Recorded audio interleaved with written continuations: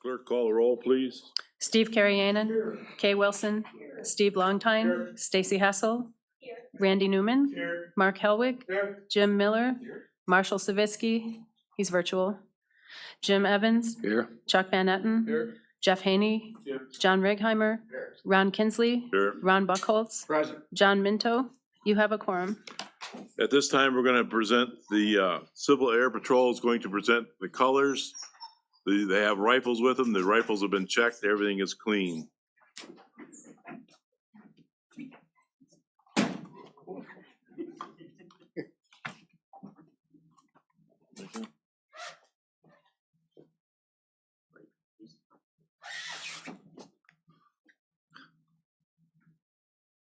Ready?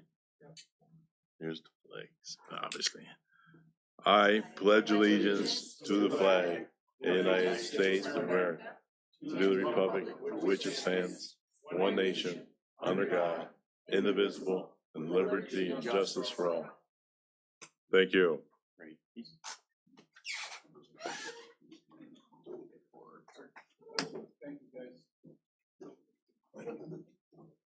Thank you. Thank you.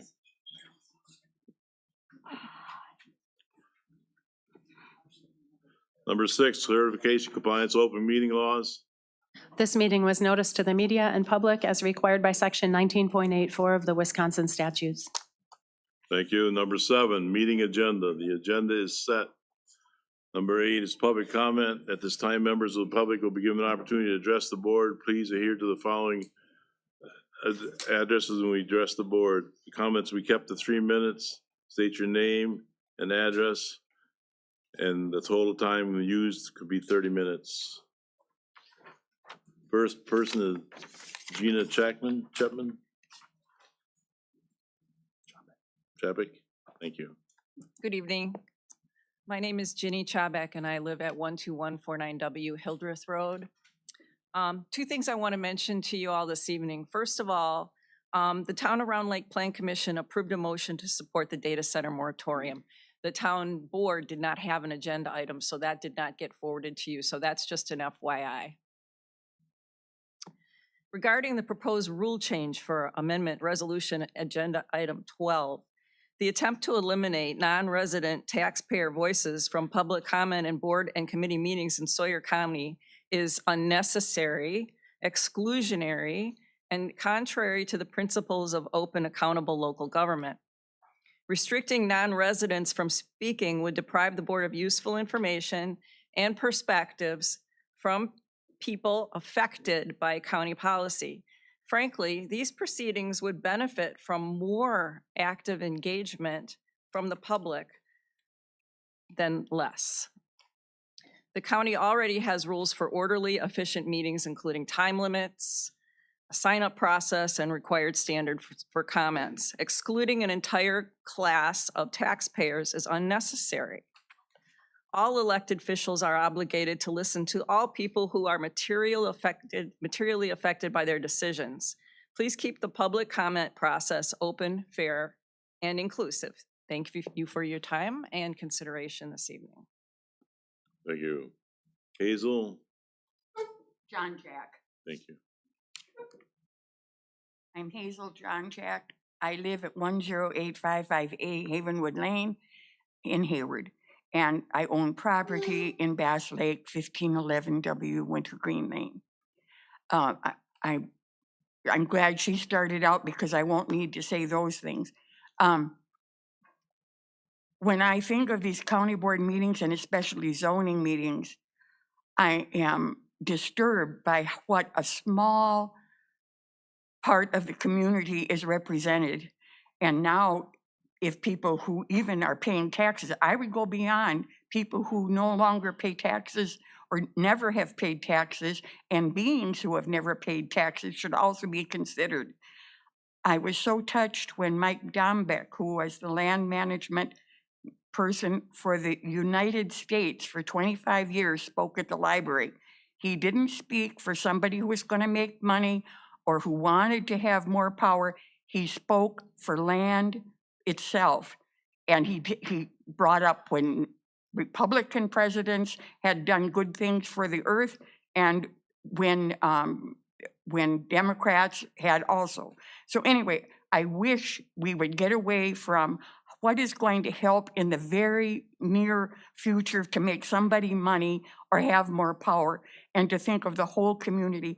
When I speak of resident taxpayers even, I think of 30 years ago, I went to the zoning committee.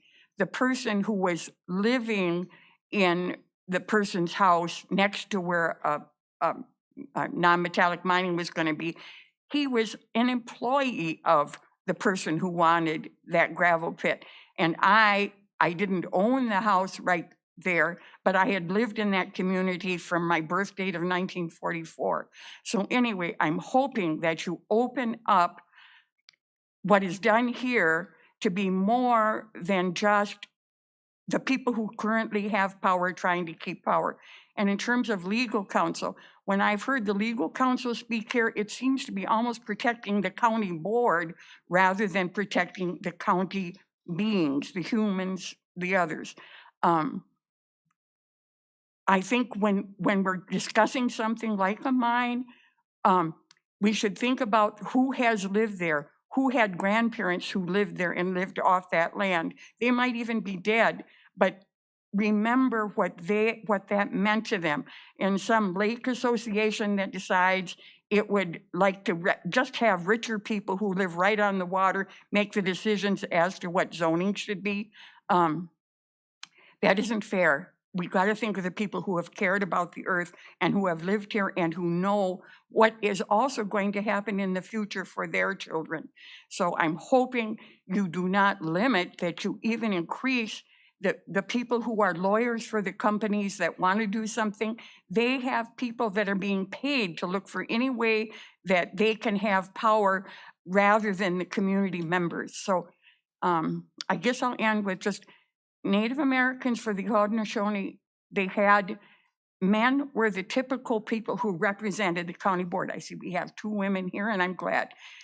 But when the person was not thinking of the whole community, the clan mother, an older woman of the clan, would step forth and say, "You're not speaking for the whole group anymore. You need to step down. We want to think of somebody who's going to speak for all the people, rich or poor, taxpayer or not, resident at this moment or not. We've got to think of the earth and our whole community." Thank you. Thank you. Dennis and Cindy Erickson.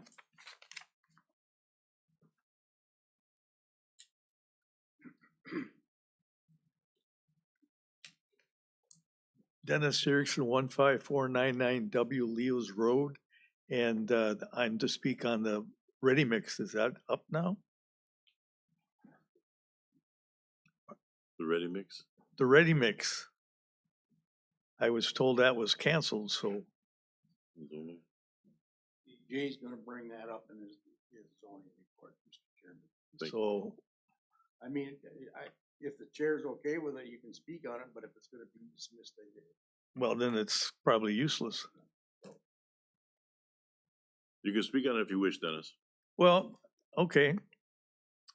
You know, when I tried to get a CUP for having a woodworking shop in my own home or in my own property, so I could have a woodworking shop that I could sell to the public, because it required a zone change to get a CUP.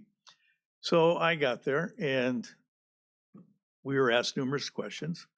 One of the questions was, how will you having a working business on Leo's Road affect the traffic on Leo's Road? It's like, well, I don't have a showroom. I don't have a storefront.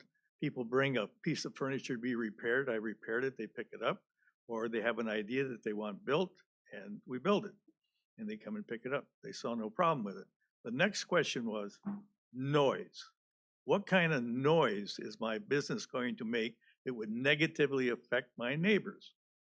So I said, well, from the front door of my fully insulated shop, and that's 6-inch walls and then doors and everything are insulated, it's 749 feet from my front door to the mailbox on Leo's Road, and another 500 feet to the closest neighbor. And so they said, well, can you hear it from there? And I says, no, I've run 5 machines at one time, just turned them all on and shut the door and walked down. Halfway down the road, you can't hear it anymore. So, you know, and I thought they were appropriate questions that they asked. I understand why they're asked it, because their interest was for the residents of the area, even the potential residents for the area. And so I did get my CUP. And obviously, I think that anyone applying for a CUP should have to face the same questions. And if they can't meet them, I don't understand how they pass, because I know, and as you know, you have numerous reasons, you know, they have and I know you people get this in your books and stuff, the possible hazards and stuff that can be created by, you know, noise is a big one, harmful, noxious, or nuisance effect resulting from noise, dust, smoke, odor, and other factors, as well as a whole list of other things that need to be looked at before it's approved. And I can't see where a request to have a crusher in my backyard is like, that doesn't meet any of those requirements, not a single one. So I can say I'm against it, and it's against, the reason I'm against it is for the noise, not because they're producing gravel, because actually, if they're producing gravel, which a crusher does, it needs to be on a industrial 1 site with a CUP and with regulations on it that are not decided by the person making the request, but by the board itself. You have the right to make some restrictions and be sure that they follow them. And if they don't, no. You know, because they're telling us at our meeting that it doesn't affect our property and the noise is not that bad. 500 feet away from the crusher, you can't hear it. Well, when there was smoke in the air a couple of weeks ago, or a week or so ago, and so we had to shut our windows at night, still at 6 o'clock in the morning, I can hear the crusher. And if there were 2 people outside of my talking, I would not have heard them. And they're telling me that's what the noise would be like at 500 feet. No. The next thing they told me was it would not affect our property. You know, and so I got requests from 2 different realtors about that, and both of them said the same thing. You're gonna take a heck of a hit. And so to say that it doesn't affect our property and it doesn't affect our lifestyle, I'm sorry, I don't agree with that. Thank you for your time. Thank you. Jim?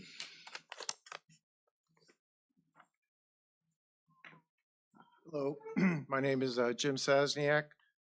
I reside at 10162 Abbey Lane, the city of Hayward. I'm going to discuss the Sawyer County Assembly declarations to be entered into the record. The Sawyer County Community Assembly, in alliance with the American Republic / Our United Republic Alamo North America Mission, as a qualified petitioning individual to the Organization of American States, does hereby declare that we are adopting the 13 points that was entered into record on 2/10/25 in Charlotte County, Florida, and the notice of public offering of instruction to seek sponsorship.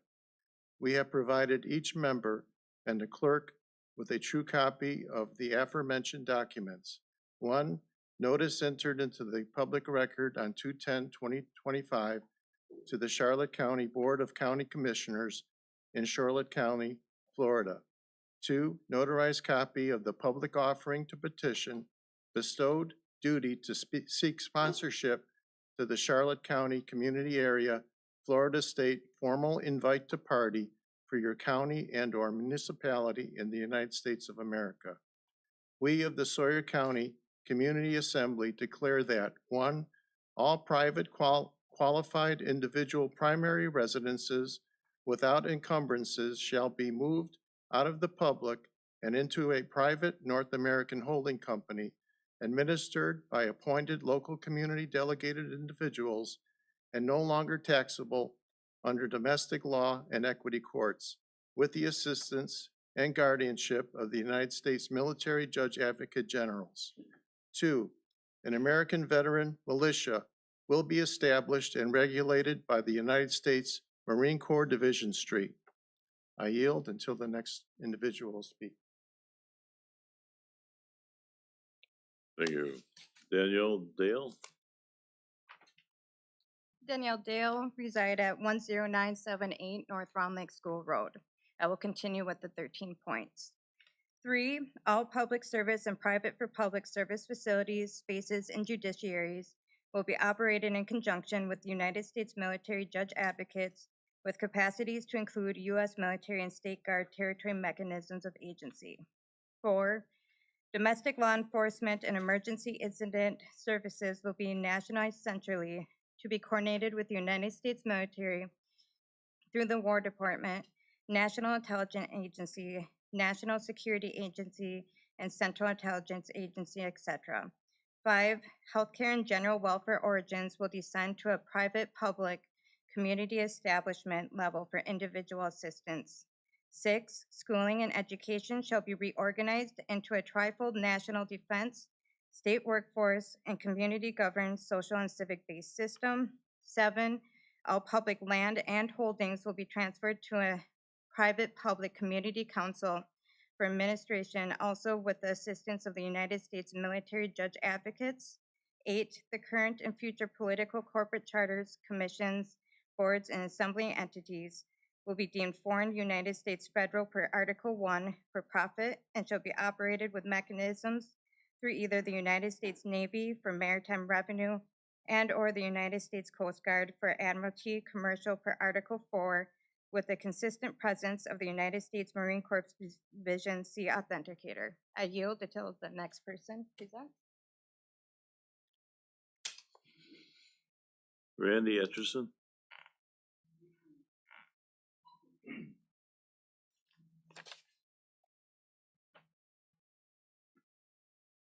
Good evening. I'm Randy Etchison. I live at 11540 North Etchison Road. Is brought to our attention that the rezone for Todd's Ready Mix was rescinded. So I can speak on it if you want a little bit living here, but I don't have to. it's up to you. Okay. I'd just like to say a few things. My family's been in Hayward, have lived in Hayward for over 170 years. We're not hard to get along with. If we were, I guess we wouldn't have been here this long. I've tried to work with Todd's Ready Mix to the best of my ability, but since their rezone 5 years ago, nothing has changed. In fact, conditions have gotten worse. The crusher is a half mile closer to my home. I own approximately 400 acres adjoining their gravel pit, and also I own about 3/4 of a mile alongside of the Hayward Area Memorial Hospital property.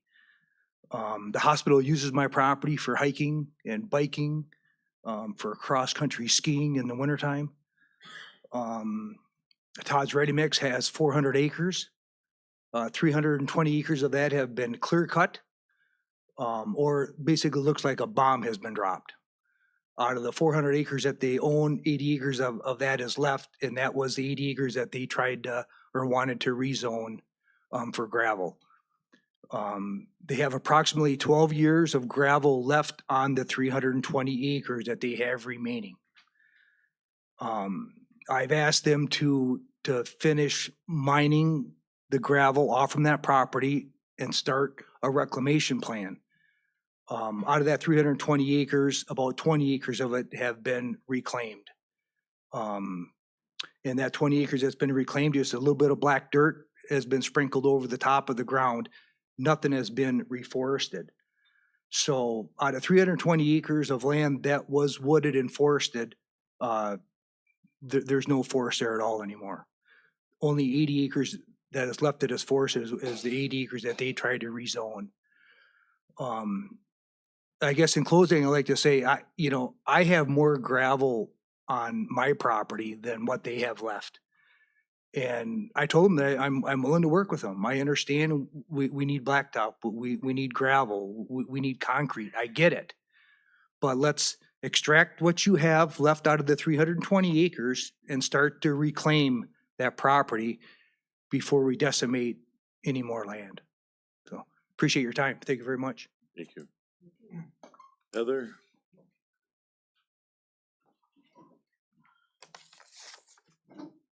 Hi, my name is Heather M. Babylaitis. My address is 15535 Metcalf Road, Hayward, Wisconsin. I live in this city. I am going to finish the last points from 9 through 13, which is part of the Sawyer County Assembly Declare. Ultimately, the Board of Sawyer County Commission's public role will reduce addressing business license entities, mechanisms to facilitate state regional commerce for the benefit of revenue, and most likely collecting transactional taxes. Finally, the area known as is intended to be moved into the Department of the Interior as a unified national park land. Each department and system assimilated shall be audited and be reconciled, or what is known as DOGE, prior to its transition to a new domestic jurisdiction platform. Indictments, warrants, and prosecutions for matters regarding fraud, waste, abuse, as well as other high crimes for those who have been vested duty will be facilitated through the United States military in conjunction with the Department of War, National Intelligence Agency, and United States Marine Corps divisions as it's relative to the Inter-American Court of Human Rights under the Geneva Conventions and laws of war. During the transitional periods per Operation Pale Horse, the authorities having jurisdiction shall be placed under martial law. The public and private community members' lives are to be interfered with as little as possible unless reasonably warranted. Thank you for listening. Thank you. Linda Zoomer?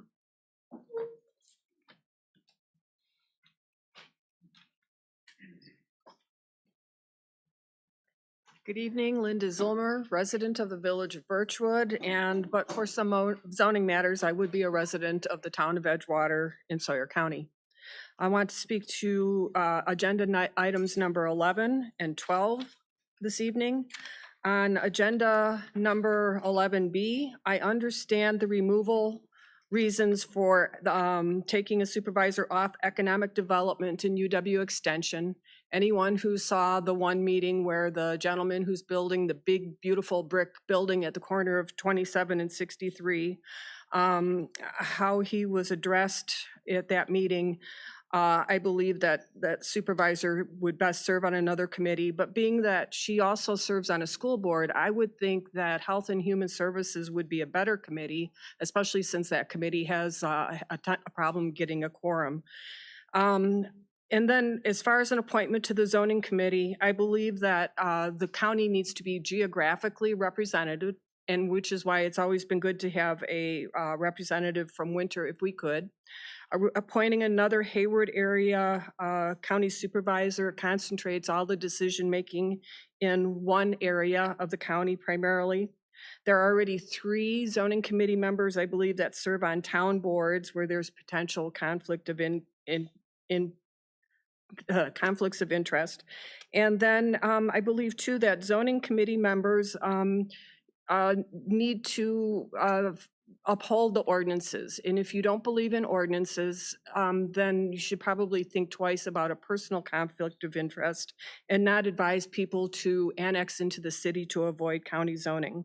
With regard to amending the board policy, I just want to mention that at the committee level, the motion was made by John Righeimer, who recently resigned as the chair of the Sawyer County Republican Party. The second was by a former staffer of Tom Tiffany and current staffer for Senator Romaine Quinn. And tonight, the vote on that matter will also be voted on by an outreach director for Congressman Tom Tiffany and gubernatorial candidate. I hope maybe a county board supervisor will ask for a roll call vote. Thank you. Thank you.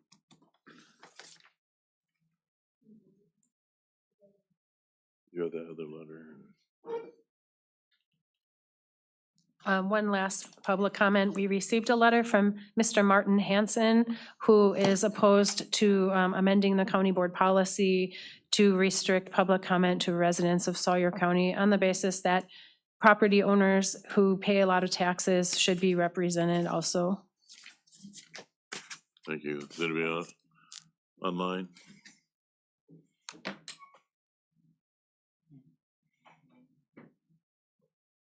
Okay, thank you. Number 9, consider approval of the minutes of the previous meeting, which was July 16th. Make a motion to approve those meeting minutes. Thank you. Wait to be. We have a motion by Mr. Evans, second by Mr. Helwig to approve the minutes as presented. Any discussion? Hearing none. All in favor of the motion? Aye. Opposed? Motion carries. Number 10, review District 15 position discussion. You want to bring us up to speed on that? Okay. So our District 15 representative came to our first board meeting in April, and then he came to his first zoning meeting. It hasn't been with us. So we have our legal counsel here, and she advised us to send a letter or to have a letter delivered to take him off the county board so we can fill that position to be represented in that district. Otherwise, there's no representation there. Ms. Rebecca, you want to help us out here, please?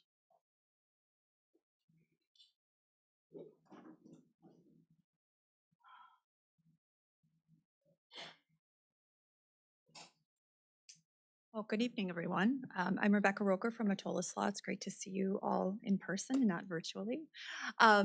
When I was approached with the question of options for the county board in light of the challenges presented by the current supervisor of District 15, first thing to remember is there is a statutory process that should be followed for the removal of a county board supervisor. And based on the facts that were shared with me, many have tried to reach out to this supervisor to no avail. To the extent that visits to the home were made, phone calls, emails, etc., and there hasn't been a response. So before the board could proceed with some official action, I recommended that the county send additional correspondence to the supervisor and essentially request what are your intentions. I understand there was a statement made to the media that the intent sounds like it was or has resigned. But the county should have something in writing from that supervisor and not just rely on the statements that were made to the media. And so that was my recommendation, that correspondence be sent. Included in that correspondence may be a letter of resignation, which the supervisor can certainly review and ask questions, and then proceed forth how he would like to.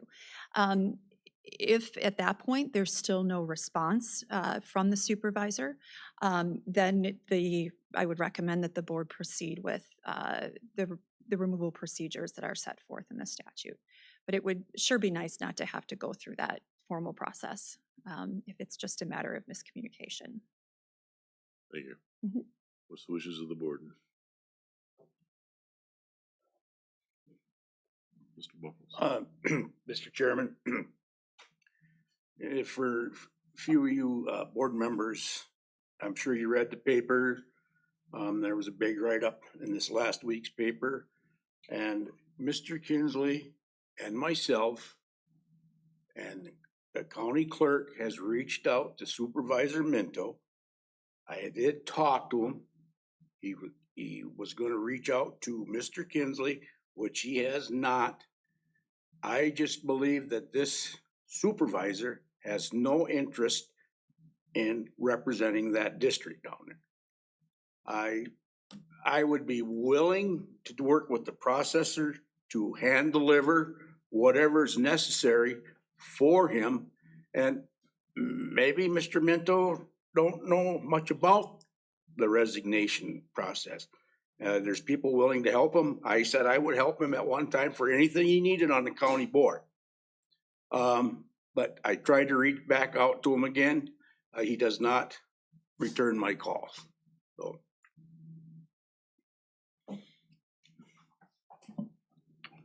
Mr. Miller. I guess the question is it possible that the sheriff could deliver something that would maybe prompt him to take action? Yes. That's what, that was mentioned. we would need the approval from the board to send the letter out or have the letter delivered for him to resign if that's what he wishes to do. Then I'll make a motion to have the sheriff deliver a letter asking him to resign. I'll second it. We have a motion, by Mr. Miller, second by Mr. Evans, to approve sending a letter out. In the agenda, it says discussion. It doesn't say impossible action. Can we make the motion if that's not indicated? I believe we can. I would advise that you not, but I think, certainly you may have a discussion. And then, as part of that discussion, Mr. Markram can, proceed according to that discussion and then work with your board chair. I think that was the reason it was added as not a discussion or an action item. I'll withdraw my motion then. Thank you. So we'll move forward with that. Thank you. Number 11, appointments. Removal of Supervisor Minto from the Health and Human Services Board and the Zoning Board.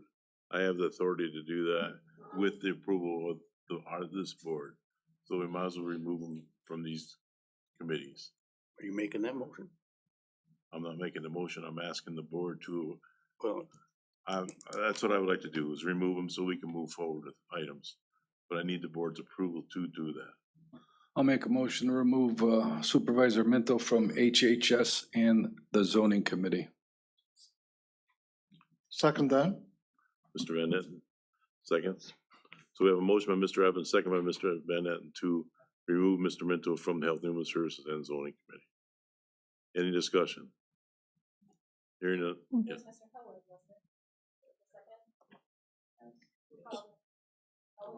He was just not called upon.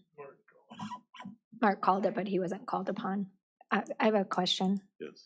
So it says to remove him from HHS and zoning, and then there's an appointment to zoning, but not to HHS. How are you feeling HHS? I'm gonna handle that next month. Okay, thank you. We will handle that next month. Okay. So we have a motion and a second to remove. Any other discussion? Hearing none, all in favor of the motion? Aye. Opposed? Motion carries. Letter B, remove Supervisor Hessel from Economic Development UW Extension Committee and appoint him to the Zoning Committee. Mr. Buckles. Mr. Chairman, I make a motion to remove Supervisor Hessel from the Economic Development / UW Extension Committee and appoint Ms. Hessel to the Sawyer County Zoning Committee. I'll second that motion. We have a motion by Mr. Buckles, second by Mr. Longtime. The reason for this is zoning has a total of 5 board members there, and economic development has a total, would have 5. And each supervisor can only be on 3 main committees. By taking Supervisor Hessel off the economic development and put her on zoning, and she stays with 3. Any discussion? Yes. I just want to be clear. I volunteered to be removed. I wasn't removed for bad behavior. Thank you. Thank you. We heard that at admin too. Any discussion? Hearing none, all in favor of the motion? Aye. Opposed? Motion carries. Thank you. Letter C. I'm gonna mess this name up. Appointment for county medical examiner. Thank you, Mr. Chairman. Ms. Lilleret and I conducted interviews for this position. There were 2 applicants at the time. This is a part-time position filling the medical examiner. It's an appointed position, no term limit. Ms. Rion, or Ms. Geen, that's a tough one to say. She comes with a wealth of experience, medical experience. She has actually been a deputy coroner first, then medical examiner since 2018. So she has good experience. She answered questions very well. Where was she a coroner before? With Sawyer County. She was a deputy.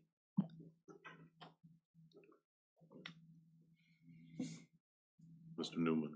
I make a motion that we accept the appointment of Ms. Bean. I'll second that. A motion by Mr. Newman, second by Ms. Hessel to approve. Any discussion? Hearing none, all in favor of the motion? Aye. Opposed? Motion carries. Number 12, public comment policy discussion possible action. Amending the board policy and procedure manual, rule number 8, public participation in board committee meetings, and rule number 10, amend the rule back to the policy. Chairman, Yes. I'll make the motion to amend the board policy and procedure manual, Rule 8, public participation in board and committee meetings, and add rule number 10, amendment of rules back to policy. I'll second. We have a motion by Ms. Hessel, second by Mr. Righeimer to approve. Any discussion? Mr. Chairman, Yes. I have a problem with that because I looked up some information and in the Wisconsin Land Information Program for non-local residential property owners in 2024, it was 59.6%. From the Wisconsin Department of Administration in 2025, the non-residential population was 62.1%. So are we going to eliminate over 60% of the people being able to speak at the county board and the committee level? I think that's a disservice to our constituents. Mr. Buckles. Yeah, I kind of agree with Kay on that. My concern is the out-of-state people that own land here is mostly on water and they pay high taxes. And I just don't think that would be fair to them, even though they pay high taxes, but they're not a resident. Mr. Miller. Yeah, I would speak in opposition to this as well for a couple of reasons. One, I don't believe it's an inconvenience to have input from anybody, resident or non-resident, and it's kind of our obligation to take it at its worth, either accept that input or not. The chair can limit debate already, which I think is a good thing. It's mentioned about the taxpayers. Yeah, there's a lot of people in our county that do have some sort of a financial interest, and we put a lot of time and effort into economic development, and I think those people should allow their voice to be heard. And I guess lastly, I would, the way it's written, I have questions about the residency requirement because we have a lot of snowbirds in this county, and that means there's a lot of people that probably live in Texas or Florida for tax purposes or whatever, and they might be considered legal residents in those states, even though they live 6 months in one day in one state versus the other. Maybe they're here 6 months minus 1 day in their home in Wisconsin. So would they not be considered a resident? So we really get into the weeds on technicalities as well. So I don't think it's an inconvenience to let people speak, give their opinion for 3 minutes. So I'm opposed. Thank you. Ms. Hessel. So to be clear, they would still get to speak at hearings if they're a non-resident. It would just be for public comment. So if this doesn't pass, then I would make a motion that we eliminate public comment altogether. Mr. Howard. My thing would be to make sure that if they're gonna speak, they speak on issues on that agenda. That's my only concern. And also keep in mind that there's a lot of counties that don't offer public comment at all. So we're giving the grace of having residents speak at public comment and non-residents speak at hearings, but just not getting browbeat by the same people every single committee meeting. Mr. Chair, I just want to say that I do agree with these other individuals that spoke that we should let the property owners also speak if they want to, not just the residents. Thank you.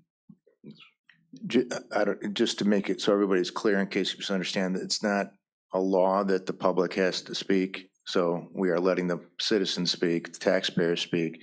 This is just for those that are not property owners. And is there a cost? That's a question. Is there a cost that we have, that we've seen with non-residents and public comments? Has there been a cost with that?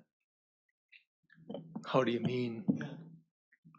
I just heard there was a cost to it, so I don't know if that was truly a thing.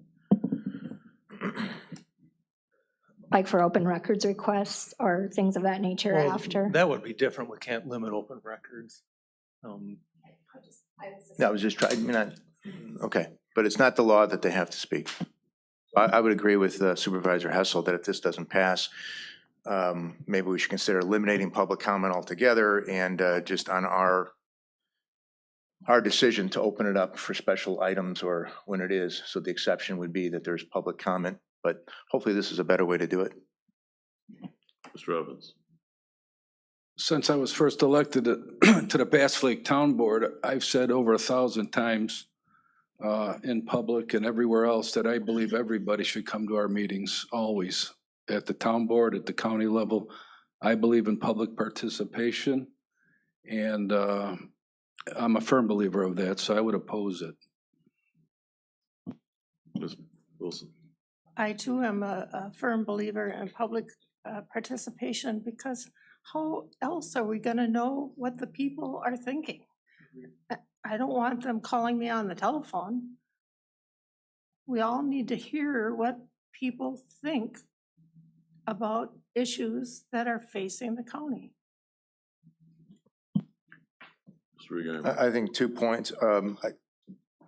I believe this was approved unanimously at admin, correct? So I think that should be understood, that the admin committee saw it, that I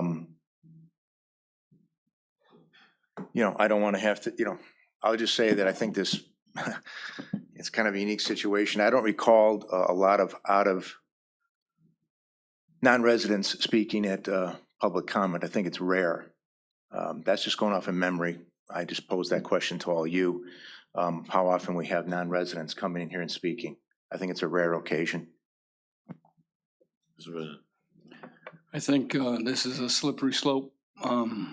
There's a reason we have the doors open. There's a reason we don't lock the doors, whether we like the comment or not, and whether they voted for us or not has no bearing.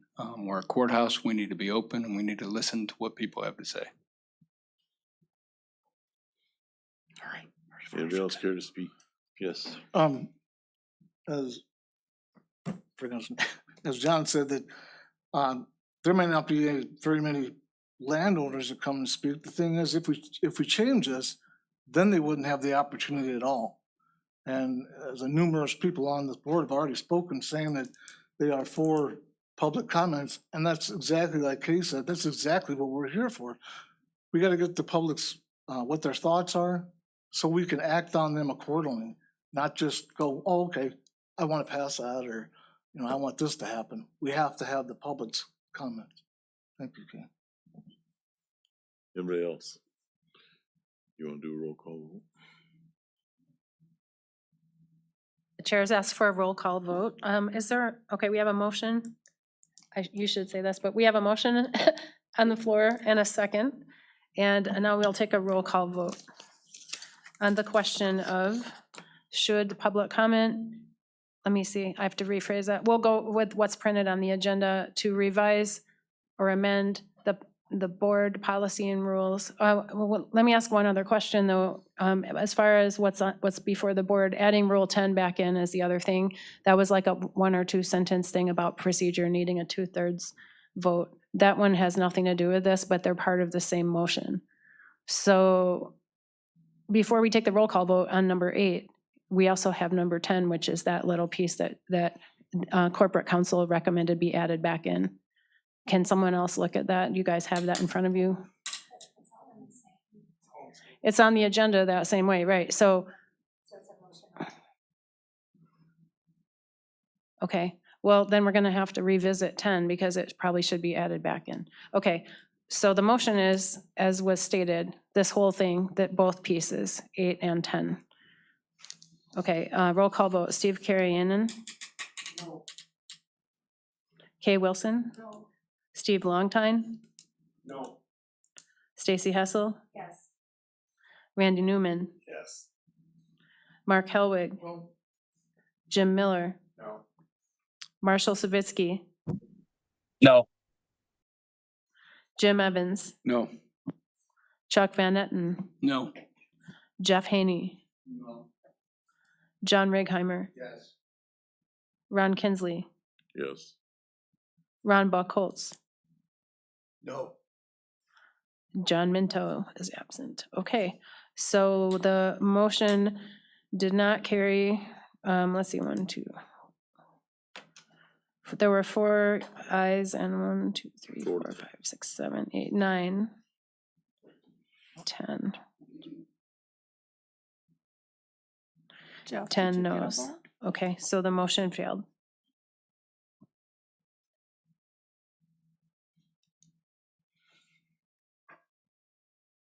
So we move forward then. Next. Chairman, can I say something before Yes. we move on? Yes. With that public comment being voted to stay in session, is maybe the 3 minutes is too much. Maybe we can go down to 2. And I don't know, you have to talk fast. It seemed like, sometimes, and then if we're gonna stay at the 3 minutes, and then we gotta enforce that 3-minute rule. When your 3 minutes is done, you're done, you get cut off. Thank you. Can I also speak? Yes. That it needs to be stayed on agenda items, not on personal issues, like it's stated correctly. If not, they need to be stopped in the minute the public to comment goes to personal or anything else. Yes, yes. I would just echo that there is a reading that you can put in there to say that it's not pointed to one supervisor. So that would be appreciated. Okay. Anybody else have anything? Yes. I'd agree too that we keep it respectful and we don't attack supervisors. Anybody else? Okay, thank you for your comments. Number 13, zoning committee report, Mr. Buckles. All right, thank you, Mr. Chair. The zoning committee will hold its monthly public hearing tomorrow at 8:30. At last month's meeting, the committee heard 2 rezones cases, 5 conditional use permits and an ordinance amendment. The rezone cases and the moratorium ordinance is to be heard next. The zoning department remains extremely busy. As of today, the department has issued 483 land use permits with multiple pending permits. This is an increase of 89 permits compared to the same time last year. And if there's no other questions, I will turn it over to Mr. Kozlowski go over the 2 rezones and the moratorium, and I want to welcome Ms. Hessel to the Sawyer County Zoning Committee. Good evening. The first rezone case we have this evening is a little bit different. So generally, zoning committee makes a recommendation to the county board. This was a situation in which the town board approved the rezone request. Zoning committee denied the request, and initially my pitch here was today is this still requires ratification of the county board, and the county board can either go with the recommendation of zoning committee or potentially go against the recommendation of zoning committee. Since then, as of yesterday, did receive a withdraw application from the applicant for Todd's Ready Mix. They wish to withdraw the application, so no additional action is needed by the county board tonight on that, and I would have you accept their withdraw notion. With that, a public hearing has taken place for this rezone, so it would be as a 1-year refiling rule for them to resubmit a rezone application to the zoning committee for a public hearing, unless the zoning committee was to waive the 1-year refiling rule. I believe the applicant had indicated that they were looking at amending their rezone application and conditional use permit and potentially scaling it back. However, it would still be a request in which the zoning committee would have to waive the 1 year, or we would not see them again until July of 2027 for a potential rezone request. So again, with that, I would have the county board accept the withdrawal from that applicant. Mr. Chairman, I make a motion to accept the Todd's Ready Mix withdraw on rezone number 26-012, please. I'll second that.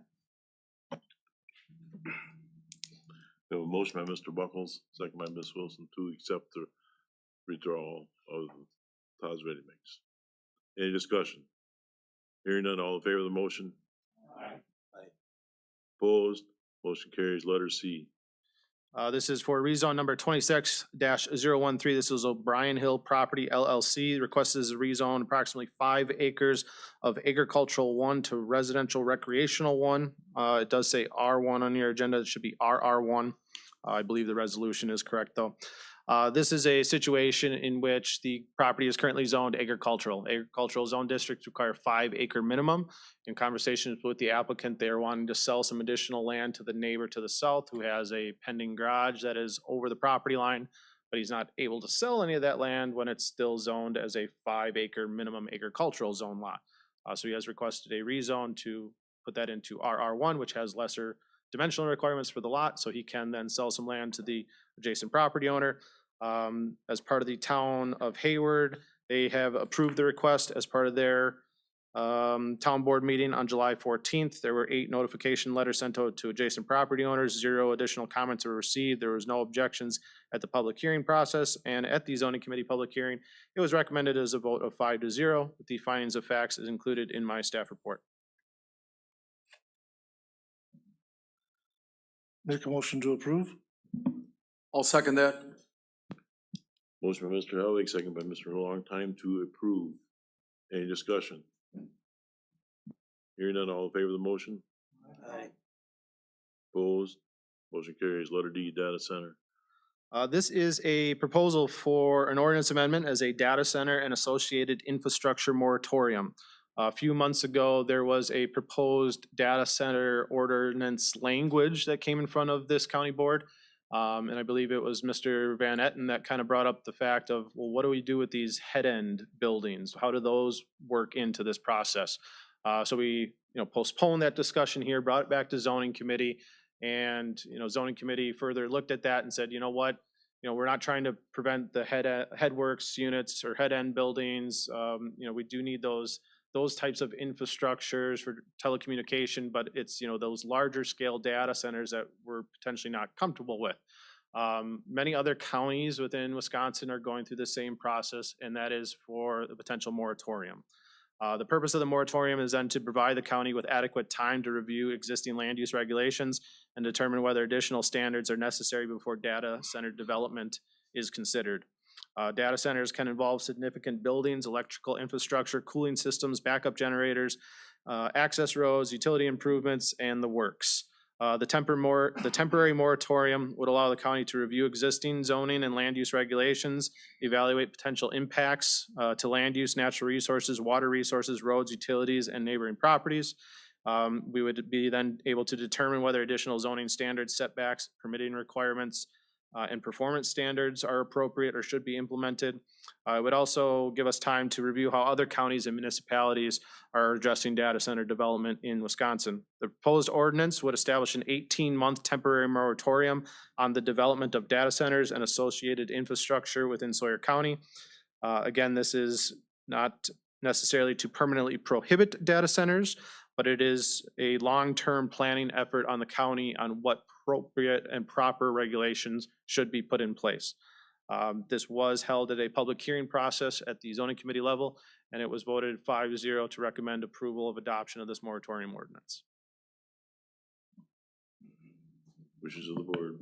I would make a motion to approve a moratorium for data centers. I'll second that. How has the language been, has it been adjusted any to address those head units? I see in the definition, it doesn't really indicate size or scale. It still says that data center means a networking or internet hosting site, which would by definition would be a head unit, and so right, has that been addressed? Current ordinance language for communication facilities within the general zoning ordinance of today. And that is where I would put the definition of a head end unit or headworks building as a communication facility. Something similar to, you know, whether it's used for fiber optic or networking capabilities. The data center language, I specifically tried to, again, target the larger scale ones that we were seeing throughout the state of Wisconsin. I have that ordinance language here in front of me. So you're thinking that the head ends would still fit into that definition? I guess my question is, if somebody wanted to build one in Chat, would they be prohibited, if they wanted to build another head unit or head building, would they be prohibited, or would it be allowable under what you just mentioned? I would have it as a allowable, it's as a conditional use permit still, but it would be as a communication facility. And that could then be further worked out through the conditional use permit requirements, which would require town and zoning committee approvals. Are there limits on sizes to those, the head units? Not in the ordinance, but those other standards could come into play during a conditional use permit. You know, if someone was trying to circumvent the rules and say, I'm gonna build a, 100,000 square foot head end building, well, that's not really a head end building now, is it? So.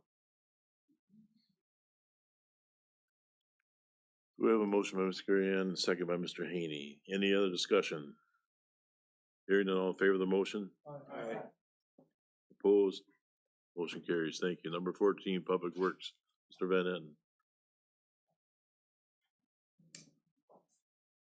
I have no information, but I'm just gonna wing it. Public Works met on August the 12th. Everybody was there because we all show up at 5 o'clock. We went over all the normal stuff. Just noted that all the construction on Highway 27 has nothing to do with us. That is the state. I'm getting a lot of phone calls, so I'm sure a lot of people are getting phone calls, complaints about no detour signs or detours that aren't going around, traffic control devices, and et cetera. That has nothing to do with the county. That's all done by the state. The airport gave their report. Everything else is good. Does anybody got any questions? Thank you. I'll give you an update that we got from our highway commissioner is the first mat will be done first part of next week on Highway F, and then they'll lay a second mat on Highway F after that. Thank you, Mr. Bennett. Number 15, Public Safety, Mr. Buckles. Thank you, Mr. Chairman. The Public Safety Committee meeting met on August 6th. The clerk of courts give us her report. The Sheriff's Department report, patrol report, Lieutenant Rapinski reviewed the written patrol report. There was 859 calls in July, 27 traffic citations issued, 24 crashes, 5 with injuries, 0 deaths. There has been 159 total crashes year to date with 50 personal injuries and 0 fatalities. Jail report, Lieutenant Wooler reviewed a written jail report. The arrest data by race and gender, there was an average of 69 inmates incarcerated with 67% of unemployment rates at the time of booking, and 2 were on electronic monitoring. Dispatch and emergency management. Dispatch, Lieutenant Rapinski reviewed a written report showing 449 emergent 911 calls received in July, 11,500 received to the year to date. The department co-hosted the National Night Out and will assist with the cops and bobbers. August 8th, well, that's kind of over with, at DJ's Dockside. Lieutenant Rapinski reviewed, or emergency management reviewed a written report on updates on local events, the hazmat grant and application period, and the pending hazard mitigation plan submission by state. Code enforcement, Solson reviewed a written report on the dog license, TRH, and Health and Human Service hazard investigated. There were 5 TRH complaints investigated in July and 3 potential human health hazards complaint from June where they are investigated and passed to another agency. Child support, Ms. Okamoto give us her written report to meet the measure 70% in 4 areas to receive full amount of state funding.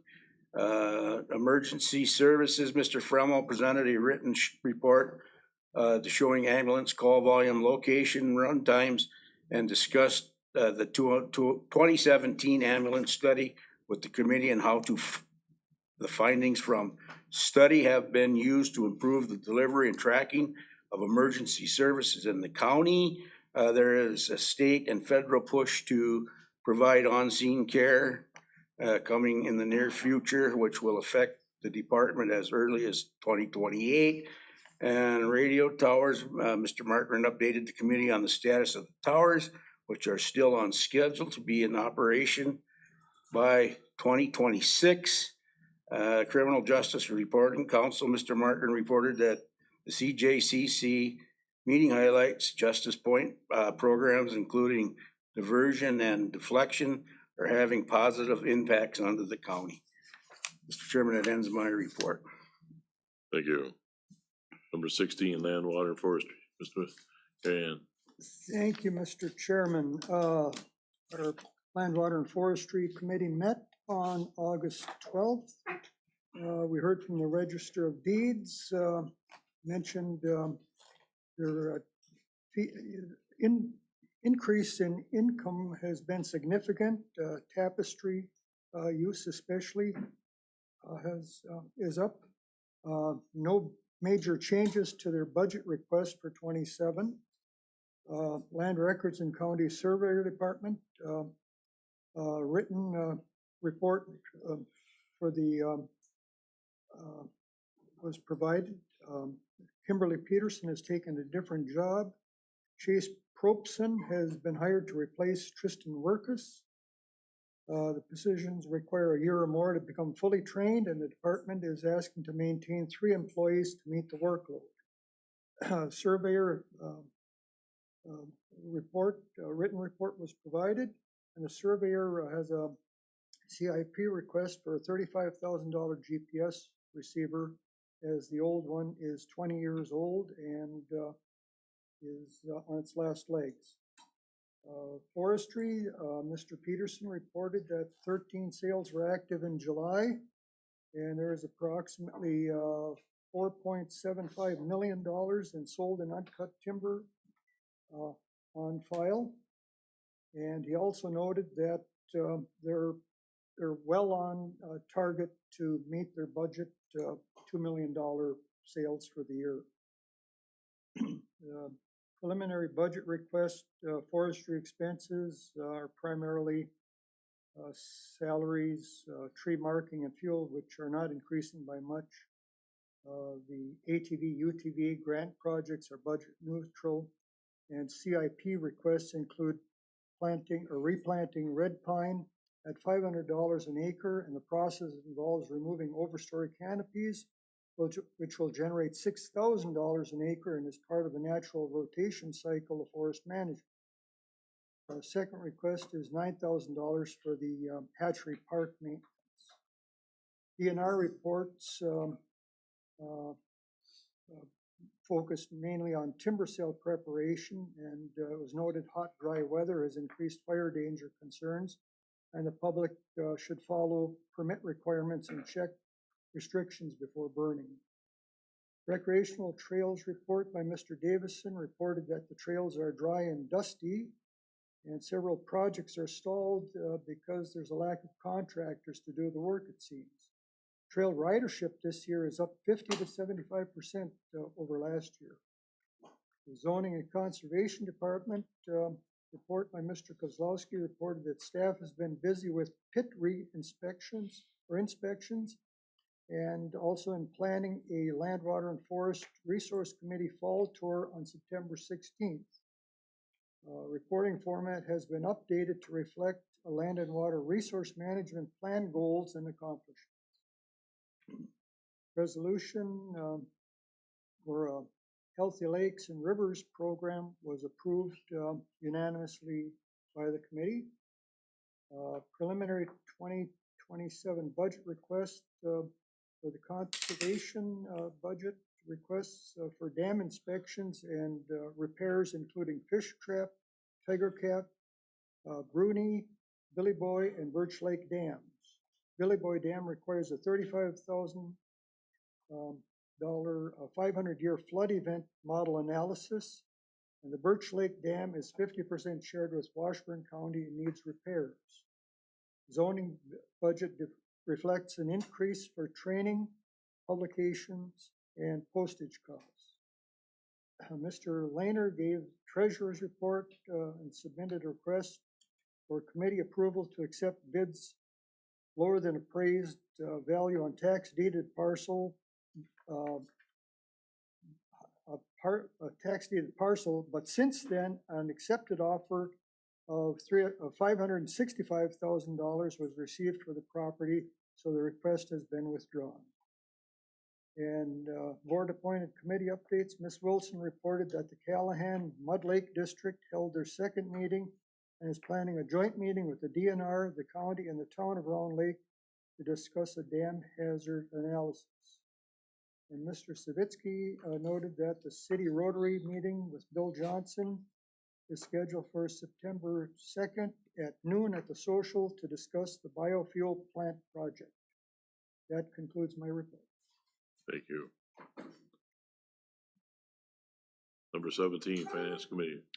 Thank you. We met on August 13th. Mr. Lehner, our treasurer, provided a report on tax collections and delinquent parcel. Since the report, property came off the INREM list for a total of 6, and 2 of the 4 unsold properties have sold.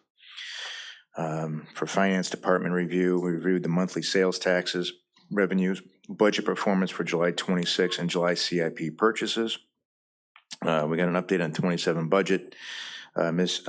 Ein has been working with department heads to get final numbers for the proposed budget, which will be shared with the committee next month.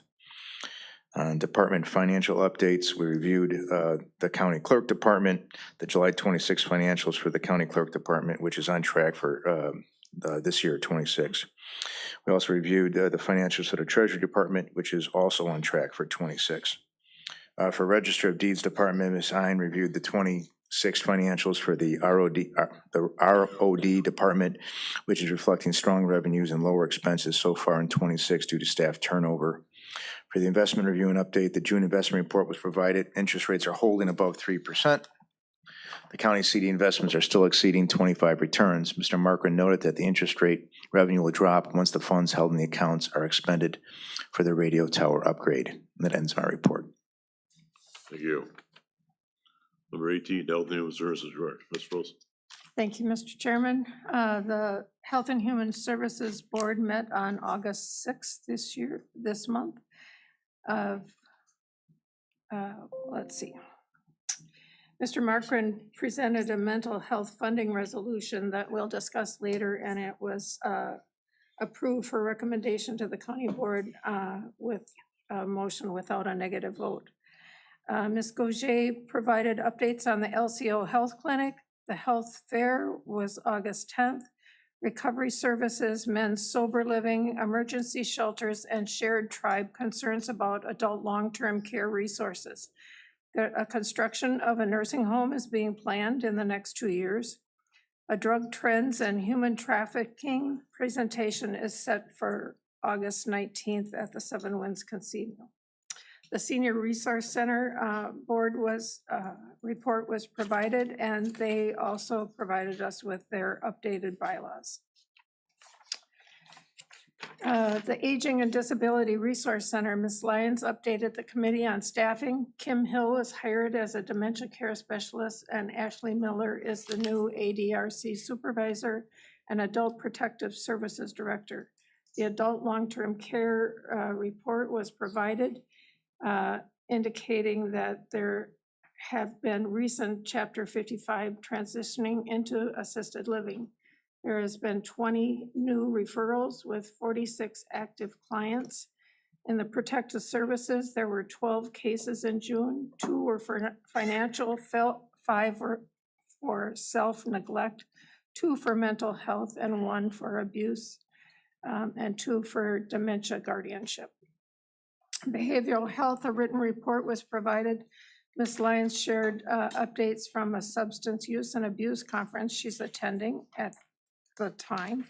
The report reflects increased collaboration between mental health and youth justice, child protective services, and adult protective services. A Winnebago patient has moved to transition after many months of preparation for that. And it's a big step towards strategic plan goal of reducing costs for out-of-county placements. In the comprehensive, the community support and mobile crisis report was provided. The comprehensive community service has prospective clients, but there's been a barrier with a physician writing prescriptions at this time. There were 6 crisis consults. 1 was resolved on the phone and the others resulted in assessments. 1 was an emergency detention, 1 was a possible Chapter 55, 2 was safety training, and 1 was a voluntary admission. There were 46 consumers at CPS, 8 court-ordered, and the rest were voluntary. Mental health expense report was provided as a monthly regular report. Children and Family Services, Sarah, and I have yet to learn how to pronounce her name, has resigned from her position, and the social worker Susan Westfall was stepped up to cover youth justice and child protective services, and will also be picking up truancy and diversion cases. Youth justice, there were 28 active clients, and they had 4 referrals in June. Truancy and diversion, we received a report showing positive outcomes for the program. There were 53 referrals in the year, 89% success rate. There were only 4 people that received delinquency court-ordered, can't read my writing, charges, and 7 of 7 potential graduates graduated. There were several staff members attending a GAIN conference in Chicago, which was covered by grant funds. Children's Support Services, Ms. Sands provided a written report on referral and enrollment numbers and timelines for CLTS. There are 61 enrolled and 2 pending enrollments, and the program is at full capacity. Their enrollment times were better than the state times, and we were happy to see how well they're doing. Economic support, Ms. White verbally updated the committee for June. A written report was provided for May. In May, there were 1,804 food share recipients, 21 child care families served, and 13 Badger Care Plus clients served. The call center answered 5,989 calls with a 95.29 answer rate. The child care data report was provided by Northwest Connection Family Resources. There are 8 licensed facilities in Sawyer County. There are 431 children enrolled, and the average wage for a worker was $17 an hour. The food shelf poster was shared with the committee, and there's been a 21% increase in the neighbors served, and they're asking for increased funding and donations. Under public health, Ms. McCallan provided a written report for July. The Sawyer County Agent Program was reviewed. There are 926 licensed facilities, and 99.5% have been inspected. Tick-borne diseases concerns are high at this time.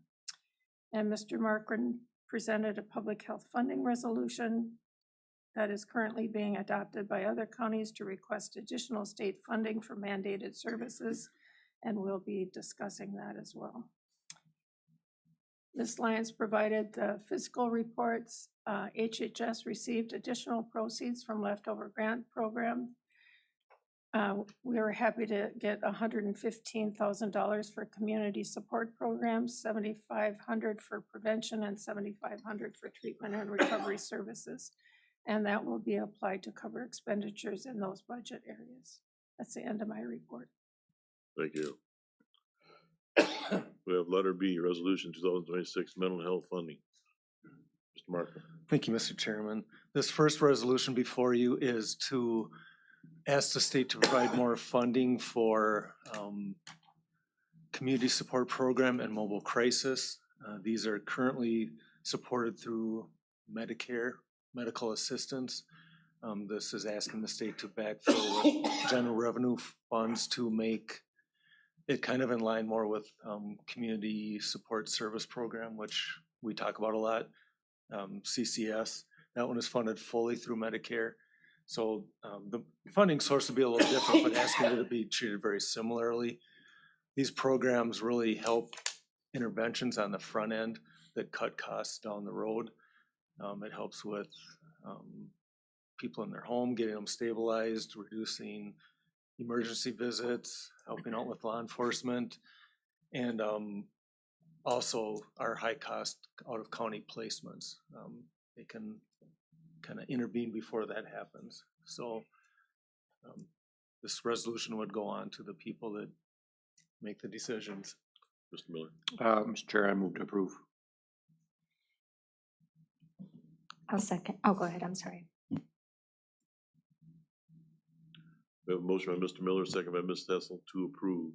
Any discussion? Hearing none, all in favor of the motion? Opposed? Motion carried. Letter C. Mr. Chairman, Yes. just a correction, Mike, those services are covered under Medicaid, not Medicare. Correct. Thank you. Thank you for pointing that out. Letter C. The next one is for public health funding. This is a lot of unfunded or underfunded mandates that the state puts on the county to perform these services. There's a fairly high return on investment with these. Again, it's an early intervention that pays off down the road. This resolution is asking for more consistent funding through general purpose revenues as well. Make a motion to approve this resolution. Go forward to state. I'll second that. Motion by Mr. Hellwig, second by Ms. Wilson to approve. Any discussion? Hearing none, all in favor of the motion? Opposed? Motion carries. Number 19, economic development, UW Extension. Thank you. We met on August 10th. The UW Extension report by Ms. Beltruce reported that their offices have moved out onto Highway 63. She played a short video on why counties should invest in the extension program and spoke about a rural health grant they are looking into. As it was the Sawyer County Fair Week, she asked that all of us attend. Ms. Gregorian reported on the upcoming Clean Sweep, which is happening on September 23rd at the fairgrounds, and that's where you bring the items that are not easily disposable to a regular garbage dump. The Sawyer County Economic Development Corporation report was given by Mr. Priester, who reported on the census tracts, upcoming launch of the new website, the Thrive Grant, and 2 upcoming small business grants. There was a motorized trail report by Ms. Treeland, reported that local clubs are doing trail maintenance and guided trail rides. She stated that this has been a very successful summer for businesses and updated the committee on the trail counters. And that ends my report. Thank you. What was the date of that clean sweep, please? September 23rd. Thank you. Next item is Sawyer County Administrative Report, letter A, Administrative Committee Report. We met last Thursday, and we talked quite a bit about the review of District 15, how to handle that. It took quite a bit of time, but we feel we got there. We have reappointed the Sawyer County Medical Examiner. We talked about public comments quite a bit. And the county clerk gave us a report, the Veterans Office gave us a report. We had a veteran tribute update regarding the concepts and moving forward with that. We had a report from Mr. Colson for information technology. Ms. Littleroot gave us an update on human resource report. And on the human resource report, we have our administrator is resigning, retiring, and to replace him, he wants to be done by December 31st. Working with Miss Lily Root, we wanted to advertise Distant Wisconsin and in Minnesota. That was approved at the Public Administrative Committee. And then the Administrative Committee will also work to go through the process of interviewing when that time comes forward. And the county administrator gave us a report. That concludes my report. Now it's the administrator's chance. Thank you. First thing I want to mention is the Sawyer County Economic Development Executive Director Brian Priester submitted the Opportunity Zone application. Talked quite extensively about this last month. He got in before the deadline, so we're grateful for that. The budget is coming together. We've got all the requests in. We've been meeting with department heads and ironing some things out. We've got net new construction, which looks like it's going to be a record high for the, well, all 5 years I've been here. It's been a new high, which is really good news. Overall valuation is up. It sounds weird, but this is a fun time of year for me. I love getting all those pieces and putting them together and making it work. So that's kind of what we're in the middle of right now. I've been working with the finance director to bring her along so that she can do this on her own next year with help from the new administrator. But again, I love this time of year. It's a lot of work, but it's very rewarding to get everything together. We've got some moves going on. About a month ago, maybe 6 weeks ago, Ms. Lyons, who's the Director of Health and Human Services, approached me about wanting to bring the ADRC back into this building. It's been down at the Oasis building for about 3 years, I believe. Alongside of that, previously, UW Extension had requested more space. So with the opportunity with ADRC wanting to move back, we've got kind of 5 things going on right now. And the first one had to be Extension had to move out to the Oasis building. They have done that. Very proud of them. It was right before the fair. So they had a lot of work with the fair. They also got this done with help from maintenance, who I have to give a lot of credit for making that move. So now that they are out, then sanitation can move out of their existing space in HHS over to where Extension was. Still very similar space, close to where they need to do their testing. And then after that, forestry is going to be able to, or ADRC will be able to move back into HHS. And once they're here, forestry will be able to move out to the Oasis building. So all those moves will happen hopefully by the end of this month if we're keep on pace. And then the final thing with the medical examiner you just approved this evening, that person will go down into forestry. So lots of movement. Tried to look at moves that made sense. Oasis building is removed from the main building here, and neither forestry nor Extension get a lot of walk-in traffic. Forestry really only gets traffic when they're having a bid opening, and Extension goes out to people more often than they come to them. So those made sense to move out to that building. Update on the public safety radio network. We had a detailed design meeting on the 24th. It was very interesting. They went through everything, where we are now, what the product will look like in the end. All of the tower sites that we've chosen will have very good coverage. They look at a path profile of how the radio waves will travel from one to the next. And all of them are well above any terrain, any trees or anything like that. So we will get very good, reliable service. The one little hitch we've had is WOJB Tower. They are in the middle of deciding if they want to revamp that tower to accept not only our load, but the cell phone company they're looking at adding as well, or just to construct a new tower. So in the meantime, we're going to use a pipestone tower that will be a very good temporary solution. We looked at all of the data on reach points. The only thing that function that could possibly not have 100% coverage is indoor talkback. That would be if a responder is in a building somewhere out in a remote site they may not be able to talk back to dispatch.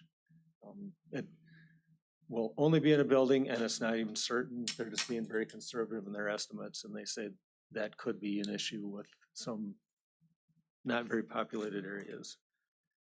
Moving on to CJCC, the committee heard a report from Justice Point. We have 101 active pretrial clients, 10 diversion, and 13 treatment court clients at this point. We're seeing very good results from this, and we've had this program for many years now, and it's, I believe, one of the contributing factors to our jail population being reduced. We've heard reports from judges saying that the clients they're dealing with are much more receptive to what they're asking of them, to getting through their programs and avoiding jail time altogether, so that's good. Justice Point also applied for a Federal Rural Communities Opioid Response Program grant in the amount of $740,000 for the deflection program, which we started through another grant a few years ago. That's another program that's done very well. Right now we're operating on a bare bones budget of just donations, basically. This grant obviously would help a lot. There's no match required. The grant is submitted. Funding could begin on September 1st, but we have received notification they are not likely to have their designees in time for that. So funding will either be backdated to September 1st or there'll be a new start date. And then another good thing, Weiss Library had 420 participants in the summer reading program. So that's a great help for our students in our area. And I guess one last thing I'd note is we just got word that our TAD grant, which also supports those Justice Point programs, was approved. So that's about, yep, that's about $300,000. And we've had that several years in a row too. Good data from it, so we keep renewing it, knock on wood. We got it for one more year. And that concludes my report. Thank you. Next, any questions? Next item is the board appointment committee updates. Carry on. A couple things. The SEP board met yesterday. We went over the 2027 budget. In fact, we finalized it. And we also did the annual review for the executive director, and she has done a great job, her and her staff, in keeping that entity functional through these very difficult times with limited federal funding especially, but they've really done well to keep it together. Morale remains high, so it looks like, they bottomed out and are maybe slowly crawling out of it, so knock on wood. Monday, next week, Monday, the Indian Head Community Action Agency Finance Committee and the Board of Directors meeting will be held here in this room. It's reserved unless something changes. What time is it? 9:30 is the Finance Committee and 10:30 is the board meeting. So it should all be done by noon.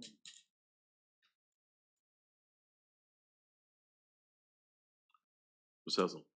Just a reminder, if you're attending the Northwest Regional Planning Committee meeting next week, it's in Park Falls. It's not in Spooner. And they will be taking a tour of St. Croix Rods, so that's exciting. Anybody else have anything? Correspondence reports, conference meetings. Sawyer County Fair ended last week. They got through all the days with no rain. That should help them tremendously. Anybody who was out there saw all the volunteers that were out there working for our fair, your fair. It's Sawyer County's fair. You should make sure you take attendance of that. Future agenda items, next month we'll have Mr. Pop speaking to us and we'll be going over the finances. Well, I got one thing I want to ask, Mr. Chairman. Yes. Going back to what Mr. Newman said on public comment, and I agree with that, that should be put on the agenda so it can be read, that it's not intended to slash whatever, a county board supervisor or a county employee. Is that, do we have to have that go before the board again, or can that Liz put that on there? We could talk about it. That'd be- Good point. Thank you. Thanks for pointing that out. Yes, Mr. And they should only be addressing agenda items. Right. That's what I meant to.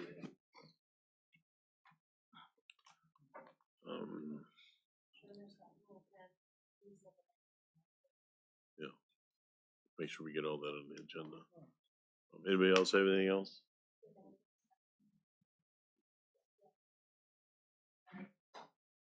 All those papers seem to be signed. I have them here.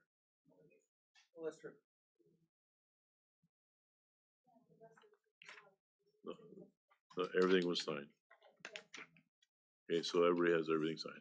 Meeting adjourned. Thank you. Thank you for your valuable time.